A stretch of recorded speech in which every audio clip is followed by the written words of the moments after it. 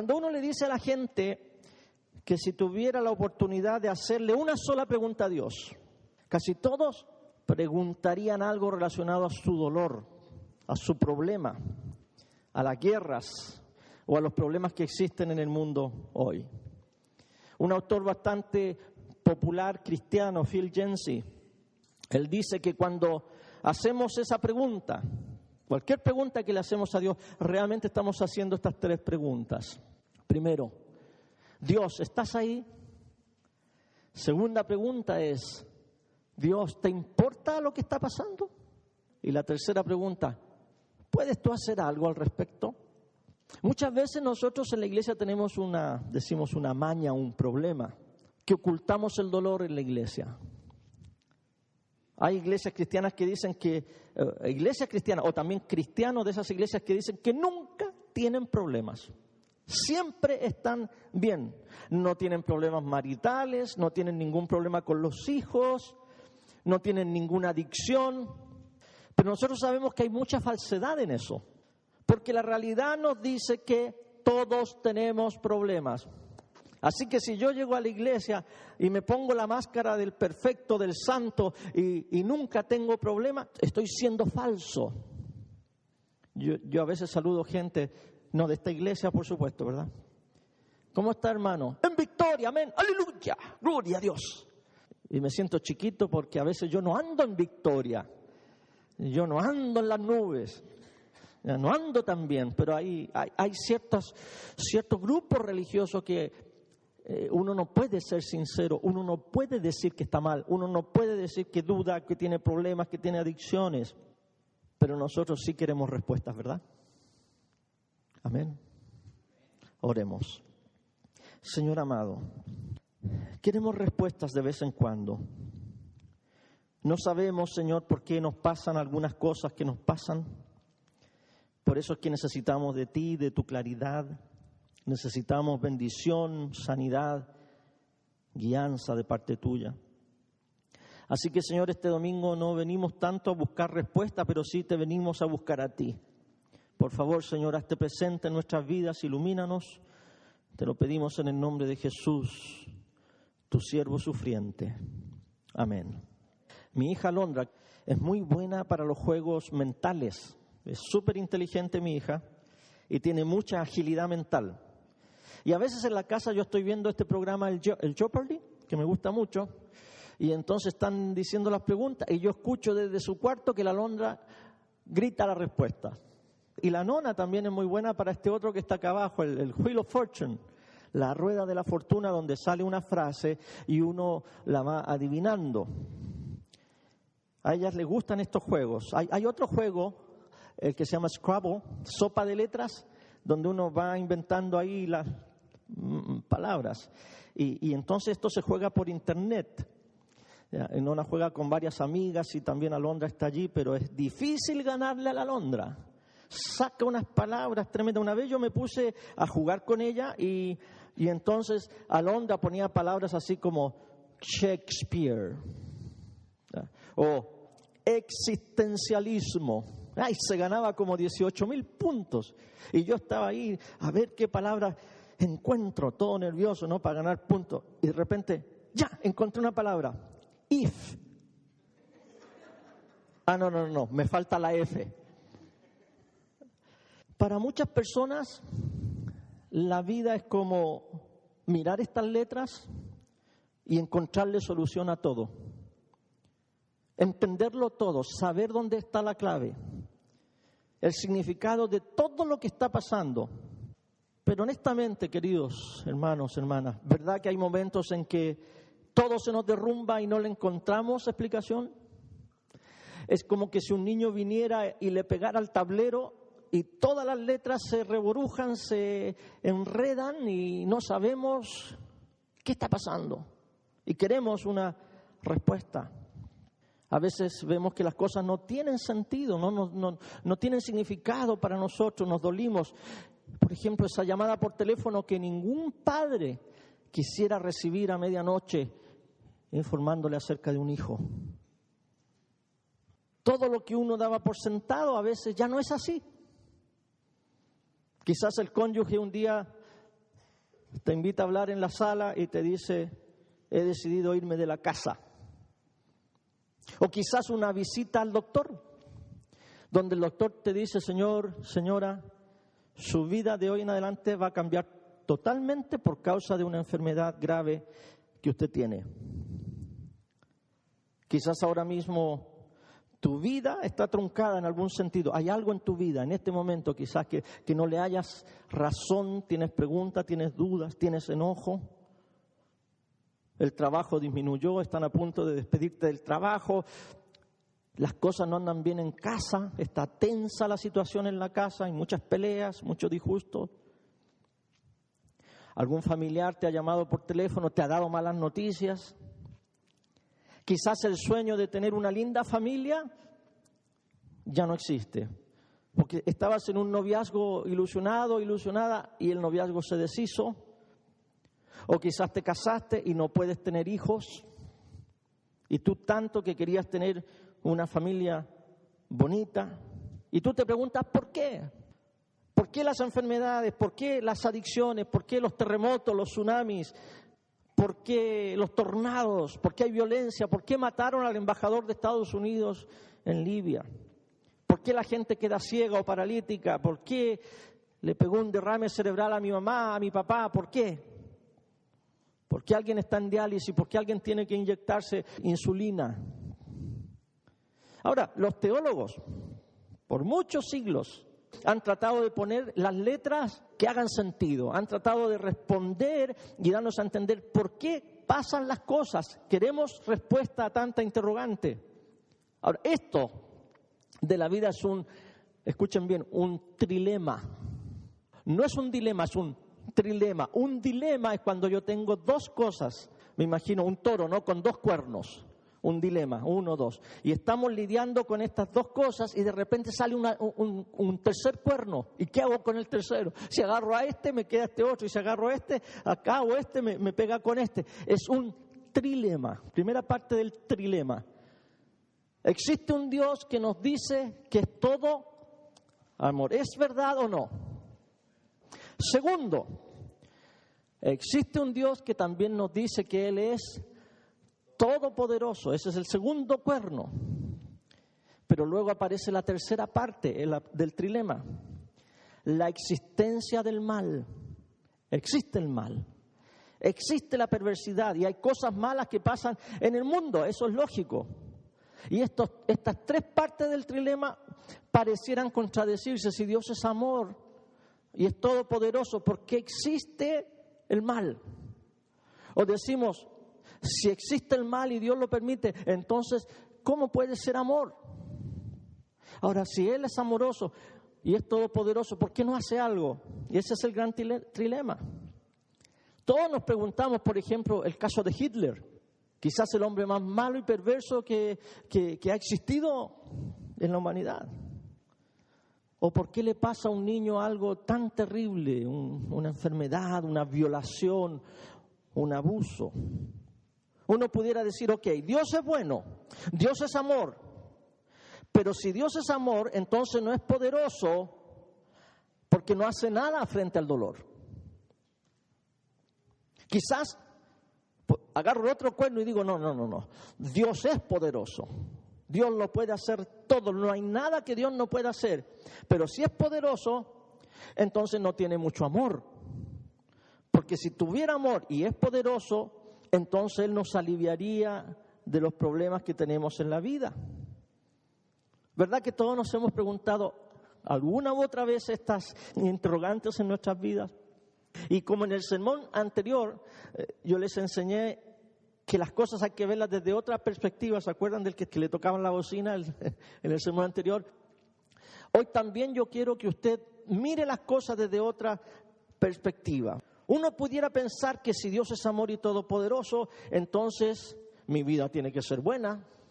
Si Dios es amor y es todopoderoso, entonces Él puede hacer que ningún familiar mío se muera, ningún amigo mío se muera, porque Dios me quiere feliz. Entonces Dios, si es poderoso y amoroso, entonces Él no quiere que yo nunca tenga problemas económicos, nunca me enferme. ¿Verdad que solo decirlo parece ridículo? Es un poco ridículo pensarlo así. Nunca decimos eso, ¿no? ¿Por qué? Porque sabemos dónde vivimos, sabemos el tipo de mundo en el cual estamos. Pero aún así, sabiendo que es ridículo, que en todo me vaya bien y que nadie se muera, aún así hay muchos cristianos que actuamos como que así fuera. Parece que sabemos nosotros cómo es el universo, cómo tienen que funcionar las cosas. Y si no funcionan las cosas como yo pienso que deben de funcionar, entonces yo me enojo. Pido una explicación y Dios me la tiene que dar. ¿A quién? A mí, por supuesto. Dios me tiene que traer la explicación y se tiene que presentar en mi oficina y me tiene que dar explicación por qué las cosas no funcionan como yo pienso que deben funcionar. ¿Se fija que esa perspectiva está totalmente errada?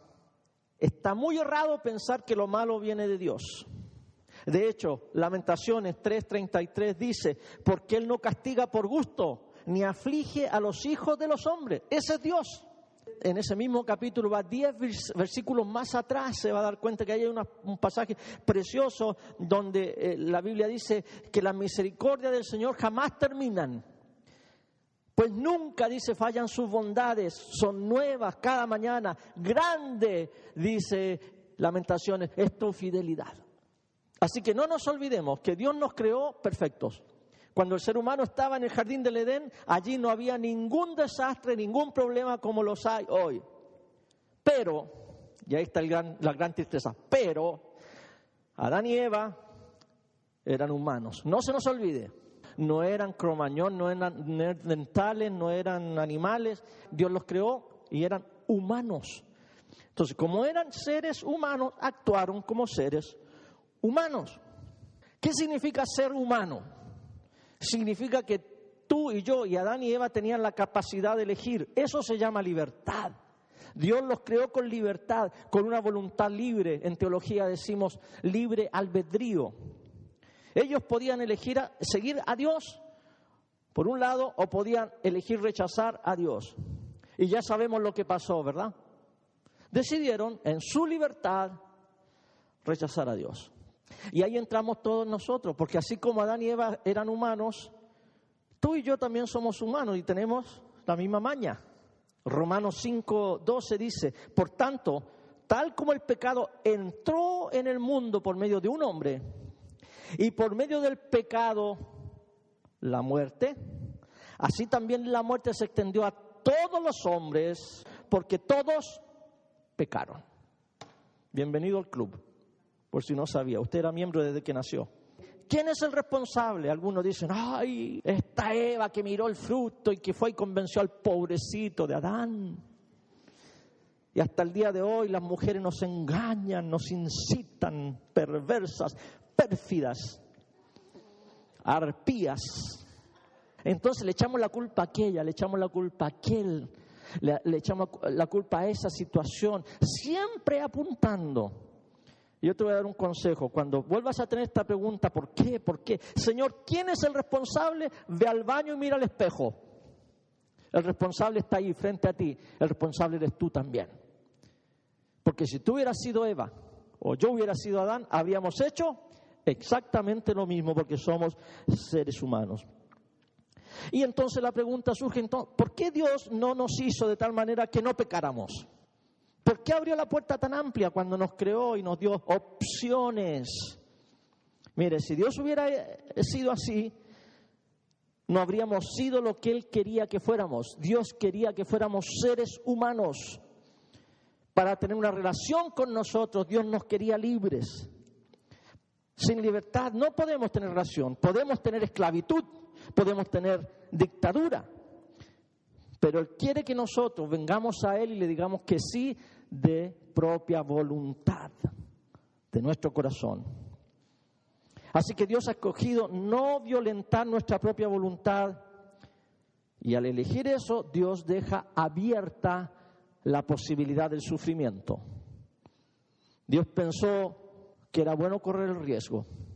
Nos creó a su imagen, dice la Biblia. O sea que no somos robots, Dios no es robot, Dios es libre y nos hizo a nosotros también libres. Así que el mal es parte esencial de nuestra voluntad libre. Y así fue entonces como nuestro enemigo entró al mundo. Usted sabe quién es nuestro enemigo, ¿verdad? Tiene muchos nombres: Satanás, Lucifer, el diablo, el chamuco, el espíritu de las tinieblas, Luzbel, el padre de la mentira, el acusador, etc. Ahora, ¿de dónde viene él? ¿Dónde está el origen de Satanás? En el cielo mismo. Era una criatura de Dios, muy linda, exaltada, un arcángel hermoso. Pero dice la Biblia que surgió en él orgullo. Surgió en él la envidia, quiso ser como Dios. Ahora, no es que hubo en el cielo una gran batalla, no. Nomás que el diablo se rebeló, Dios no permite rebelión, sencillamente lo expulsó de su territorio, de su presencia, expulsó a Satanás de la presencia misma de Dios. Y desde entonces, este personaje se ha dedicado a destruir todo lo que Dios ama. Todo lo que Dios hace lo quiere interrumpir, lo quiere estorbar. Todo lo que está en el corazón de Dios y que es bonito para Dios, Satanás lo quiere echar a perder. Y especialmente este planeta. En este planeta, aquí puso Satanás sus cuarteles generales. Y los seres que vivimos aquí en este planeta, hechos a imagen de Dios, tenemos que lidiar con el enemigo de nuestras almas. Jesús dijo: en este mundo tendrán aflicción, porque en este mundo actúa el mal, en este mundo está Satanás gobernando. Por eso es que el mundo está como está. Dios no es inventor de lo malo, Dios no inventó la maldad. La maldad es un parásito que se nutre de todo lo bueno de Dios. No crea usted que aquí está Dios y aquí está Satanás. Y que Satanás se enfrenta a Dios y tiene el mismo poder de Dios. No, nunca crea eso, porque no es verdad. Solamente existe Dios. Dios es todopoderoso y el diablo es un parásito milimétrico que irrita muchas veces los planes perfectos que Dios tiene para nosotros. Nunca crea que aquí está el angelito bueno y acá está el angelito malo. No crea que Dios está luchando con el diablo así, cara a cara, porque el diablo es como un ratón al lado de un elefante. No, eso es mucho. El diablo es una hormiga al lado del elefante. Nada más. Nunca equipare usted el bien y el mal a la misma altura. La maldad es un parásito que se nutre de todo lo bueno de Dios. Por ejemplo, la perversión sexual es cambiarle el sentido a la maravillosa creación sexual que Dios hizo. La glotonería no es más que la perversión de algo maravilloso que Dios creó, la alegría de comer, ¿verdad? Y de alegrarse con los amigos y comer algo rico y disfrutar. Y entonces viene el diablo y no te hace solamente comer, sino te hace ser glotón y depender de la comida. Y llega a ser para ti la comida un ídolo. Entonces el diablo pervierte lo bueno, todo lo bueno de Dios. Él no es creativo, él nomás se mete en lo que Dios ya creó. Todo lo que en este mundo es pecado resulta de lo bueno que Dios hizo. Así que hay una guerra aquí. ¿Ya? Pero no es una guerra de poderes iguales. Es más que nada como una guerra civil, como una guerra de terroristas.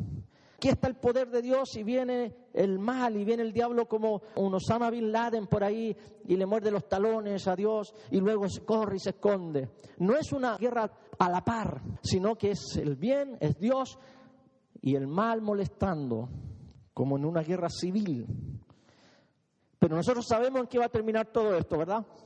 Ya lo sabemos, usted ha leído la Biblia, usted escuchó lo que Dios dice, cómo va a terminar todo esto. Así que esta parte del universo que es la tierra, que en este momento está ocupada y usurpada por el mal, por usurpadores ilegítimos. La tierra es un territorio invadido por el enemigo. Nosotros sabemos lo que es el cristianismo. El cristianismo es la historia del rey que vino a la tierra y vino camuflado en un bebé y nació de una virgen allá en Belén y vivió acá y se metió en este sistema de cosas. Él se metió allí, él vivió entre nosotros y entonces él está preparando un ejército. El ejército de Dios es el que él está preparando y ha enviado por todo el mundo, porque nosotros vamos a sabotear los planes del diablo y vamos a reconquistar esta tierra y la vamos a rehacerla para unirla otra vez con el reino de los cielos. Amén. Y esto se hace únicamente a través de la unión con Cristo, a través de obedecer a Cristo, a través de seguir a Cristo. Así que, mis queridos hermanos, cuando nos juntamos aquí el domingo, es como una reunión de agentes de inteligencia. Cada uno de ustedes que está aquí es un agente de la inteligencia especializada del ejército de Dios. Y nos reunimos los domingos aquí. Y entonces aquí nos quedamos calladitos y concentrados y recibimos las señales de radio de nuestro capitán general, de nuestro comandante en jefe, de nuestro Señor Jesucristo. Y Él nos manda señales y nos manda información y nos manda estrategia para que nosotros salgamos de aquí a ganar esta batalla. Aquí se enseñan las estrategias. En los grupos pequeños vamos a analizar y a ponernos de acuerdo cómo seguir luchando en esta vida. Cuando tú oras al Señor, cuando tú lees tu Biblia, tú estás recibiendo instrucción para ir y seguir siendo el agente que Dios puso aquí en la tierra. Cuando sirves en un ministerio, estás haciendo algo que Dios te está indicando para vencer a las fuerzas del mal. Aquí es donde nosotros limpiamos nuestras pistolas, nuestras metralletas espirituales, nuestras armas. Aquí es donde nos preparamos para la batalla. Por eso es que tu enemigo está tan preocupado que no vengas los domingos. No le conviene. Él no quiere que vayas a un grupo pequeño. No le conviene. Él no quiere que tú sirvas en un ministerio. No le conviene a Satanás. Entonces, como no le conviene, Satanás va a usar todo lo que está a su mano para prevenir que vengas a la iglesia. El calor o el frío, el viento, la lluvia, incluso hasta los días bonitos los va a usar para que no vengas. ¿Cómo te vas a ir a meter a esa cueva ahí? Mejor vete a la playa. Va a enviar visitas paracaidistas. Los que llegan el sábado de la noche se quedan ahí sin avisar, o llegan el domingo en la mañana tempranito a las 9 y ya, ay, mi hijo, ya no podemos ir a la iglesia porque llegó la comadre. Eso es un plan del diablo. Porque él sabe que aquí en la iglesia vas a recibir entrenamiento. Te va a hacer sentir muy ocupado o muy cansado. No vengas a la iglesia. Te va a hacer pensar que eres muy inteligente como para ir a un grupo pequeño. O te va a hacer pensar que eres muy tonto, que eres muy tímido para estar en un grupo pequeño o en una clase. O el diablo va a hacer todo lo que sea posible para que no vengas aquí los domingos de 9 de la mañana al mediodía. Y así el diablo va a impedir que vengas a prepararte para sabotear el reino de las tinieblas. Y luego, no te sorprendas que en la semana no tienes ideas cómo enfrentar los ataques del enemigo. Fernando, ora por mí. Ayúdame, Fernando, que tengo un problema y no sé qué hacer. Claro, como andamos allá y no venimos a recibir instrucción, obviamente no vas a saber qué hacer.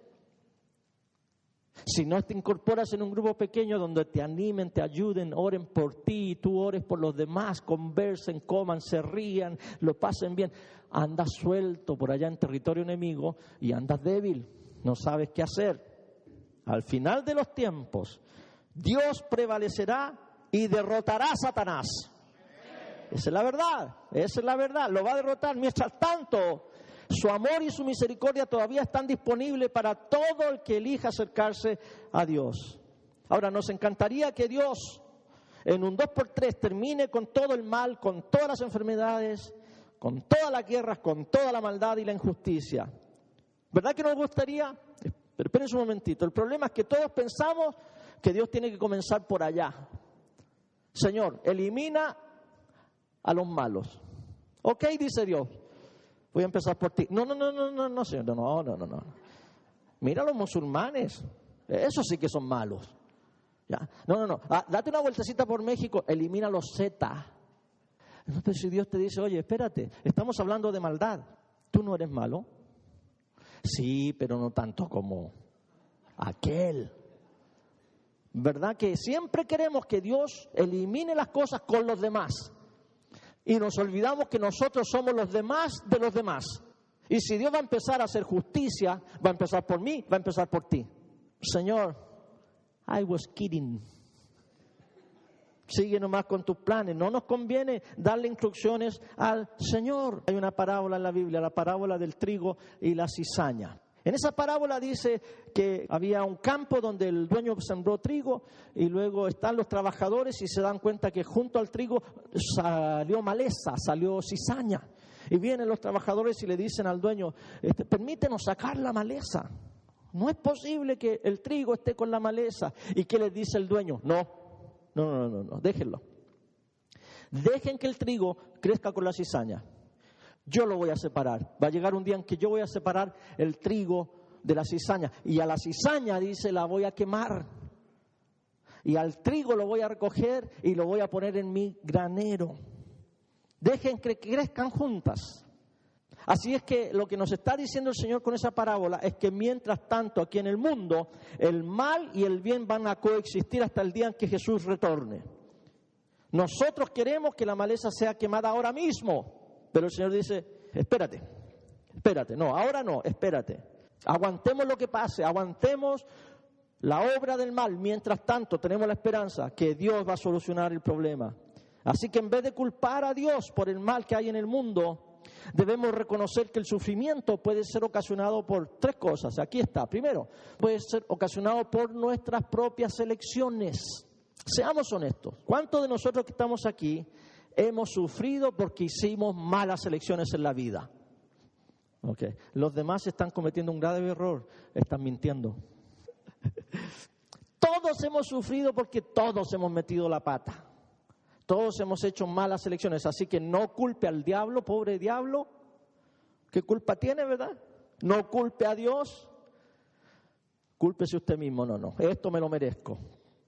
Yo lo hice, yo decidí mal, así que asuma. Segundo, también el sufrimiento puede ser ocasionado por las elecciones de otros. Por ejemplo, un hombre que sufre, ¿no? Porque cuando él era niño, sus padres eligieron divorciarse. Sufre él, pero no es su culpa, es por otros. No es la culpa de Dios, no es la culpa del diablo, no es la culpa de nadie. Es la culpa de esas personas que por sus elecciones afectaron a otros. Tercero, también el sufrimiento puede ser ocasionado porque este mundo está caído. Hay cosas que en este mundo pasan porque este mundo está desconectado de Dios. Y hay cosas que nos afectan, los huracanes, los terremotos, las inundaciones, la violencia en la gente que no ama a Dios. Así que mientras el trigo y la cizaña estén aquí juntos, esa es la realidad. El cuchillo va a cortar el pan, pero también va a cortar mi dedo. La ley de gravedad te va a mantener cómodamente sentado en tu silla, pero también te va a hacer caer de la escalera o caer de la ventana. Los terremotos destruyen casinos y prostíbulos, pero también destruyen iglesias y las casas de los pobres. El cáncer le llega a los creyentes y a los ateos por igual. No te preocupes, un día Dios va a separar el trigo de la maleza, pero mientras tanto no creas que tú tienes derechos y prerrogativas especiales como criatura humana, seguidor de Jesús. Si eres un discípulo de Jesús, eso significa que Él te ha enviado a este mundo, no para librarte del sufrimiento, sino para que tú te identifiques con los que sufran. Te ha mandado a entender el sufrimiento de los demás y acompañar en el nombre de Jesús a los que sufren. Y entonces me pregunto yo, ¿por qué la mayoría de nosotros los cristianos estamos más preocupados de nuestro beneficio personal? De nuestras vacaciones, de nuestros viajes a Las Vegas, de nuestra ida a la playa. ¿Por qué estamos más ocupados nosotros en beneficiarnos a nosotros mismos, en nuestras comodidades, en el mejor auto, en la mejor casa, en pasarlo bien, en comprar buena ropa, en tener buenas posesiones? Si tú quieres representar a Cristo aquí en la tierra, no esperes que tu vida esté exenta de sufrimiento. Vas a sufrir. Y dice la Biblia, bienaventurados los que sufren, dichosos, alegres, porque ellos serán consolados. Y especialmente bienaventurados si sufres por causa del Señor. Hay muchos que sufrimos por causa de que somos mensos. Si es así, sufra calladito nomás. Pero si usted sufre porque usted es correcto y usted es seguidor de Jesús, gloria a Dios. Más bonito es sufrir por causa del Señor. El jueves pasado escuché a Tony Campolo, un famoso predicador, que nos contaba un testimonio de un muchacho homosexual, un gay, que en la high school todo mundo lo ridiculizó, se reían de él. Después de educación física, cuando se estaban bañando, lo molestaban, le pegaban con la toalla mojada, lo tenían en un rincón de la ducha, de la regadera, insultándolo, escupiéndole y pegándole con la toalla.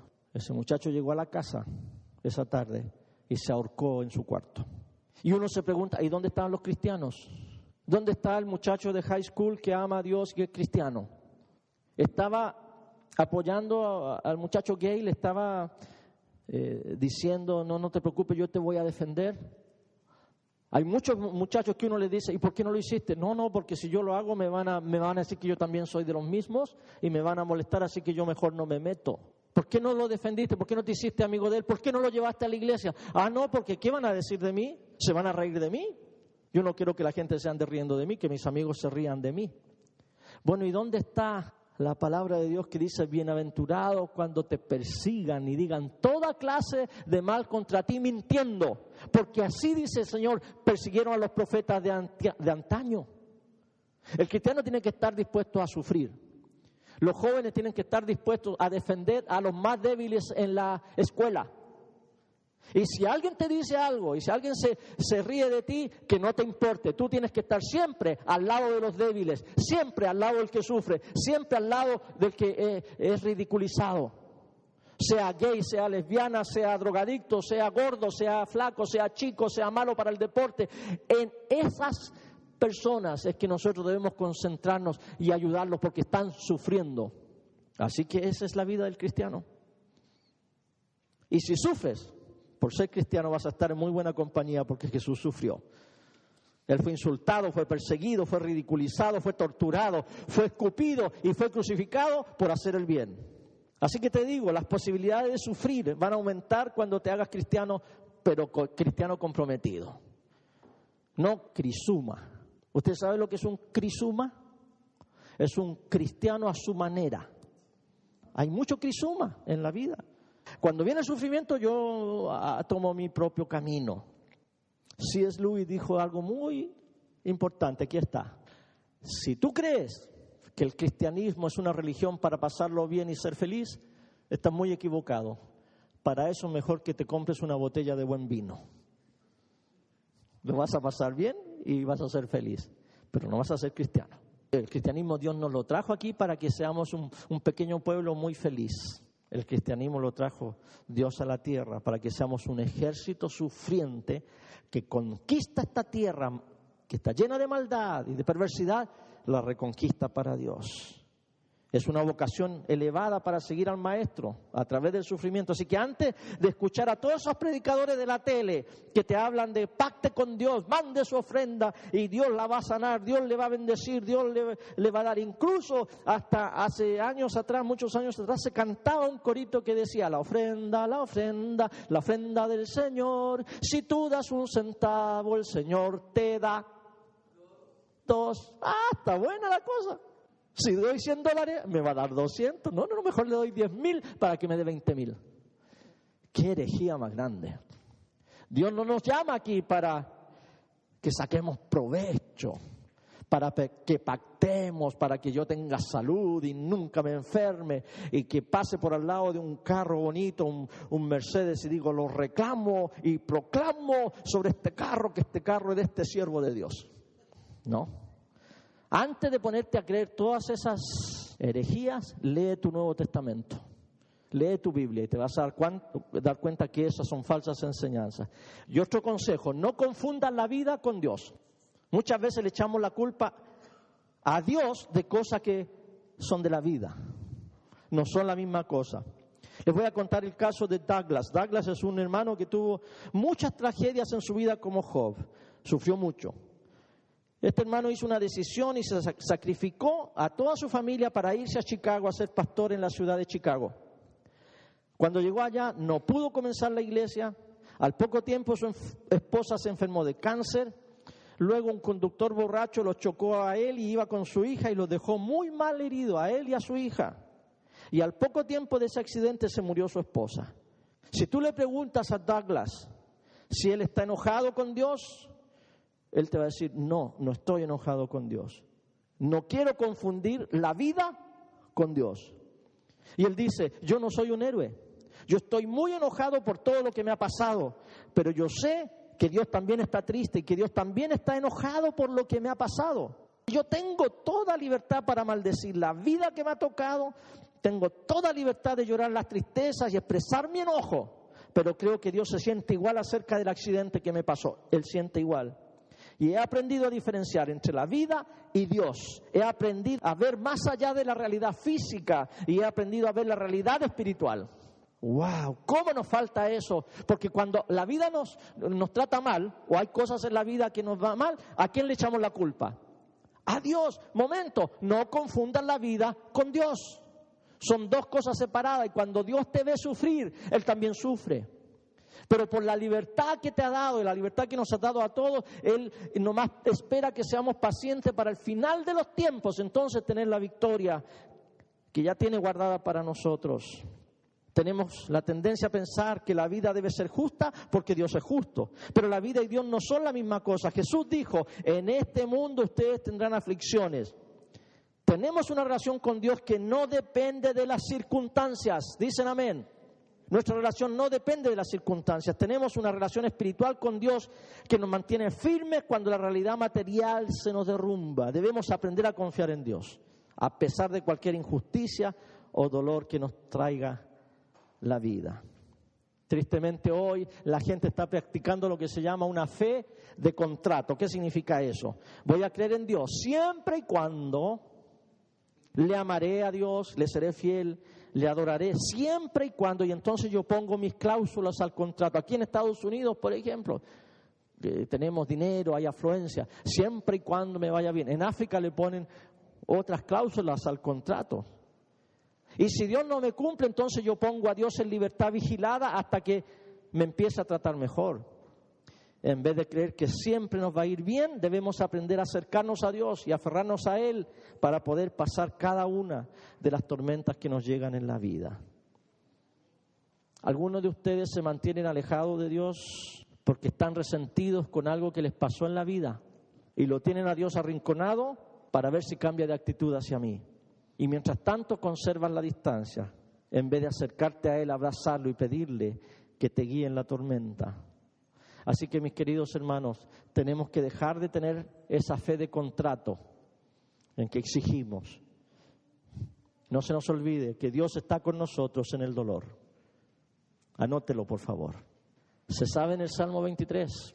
Deberían, ¿verdad? Yo enseño en la universidad una clase de español y tarea de este semestre, los alumnos se tienen que aprender de memoria el Padre Nuestro o el Salmo 23.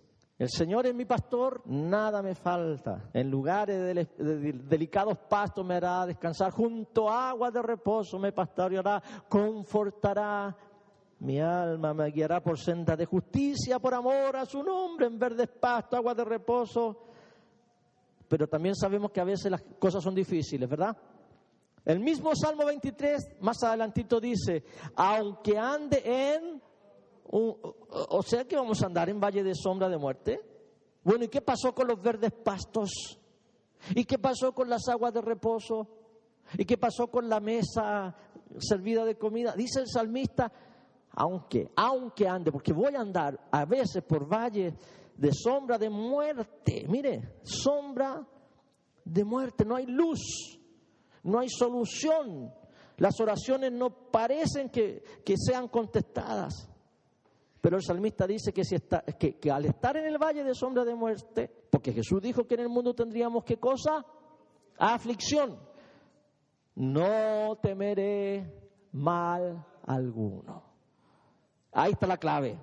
Porque tú, oh Señor, tú, no las circunstancias, no la falta de prosperidad o el exceso de prosperidad, nada, ninguna circunstancia. Tú, oh Señor, me haces vivir confiado. ¿Dónde entonces está tu fe? ¿En la circunstancia? ¿En la prosperidad o la falta de prosperidad? ¿En lo que pasa aquí en el mundo, en tu familia, en tu enamoramiento, en tu relación, en tus hijos, en tu esposo? ¿O en el Señor? Tiene que estar en el Señor. A lo mejor no vamos a entender todo lo que queremos entender, pero una cosa debemos saber: Dios nos ama, Dios está con nosotros. Romanos 8 dice, ¿quién nos separará del amor de Dios que es en Cristo Jesús? Ahí hay una buena pregunta. ¿Quién? Nadie. Ni lo alto, ni lo bajo, ni lo presente, ni lo pasado, ni lo porvenir, ni principades, ni potestades, ni el diablo, ni mi mujer. Nadie me podrá apartar del amor de Dios que es en Cristo Jesús. Nadie. De eso nos tenemos que aferrar, queridos hermanos. Cristo vivió como nosotros, Él vino a la tierra. Ninguna otra religión puede ofrecer eso, de que Dios baje del cielo a la tierra.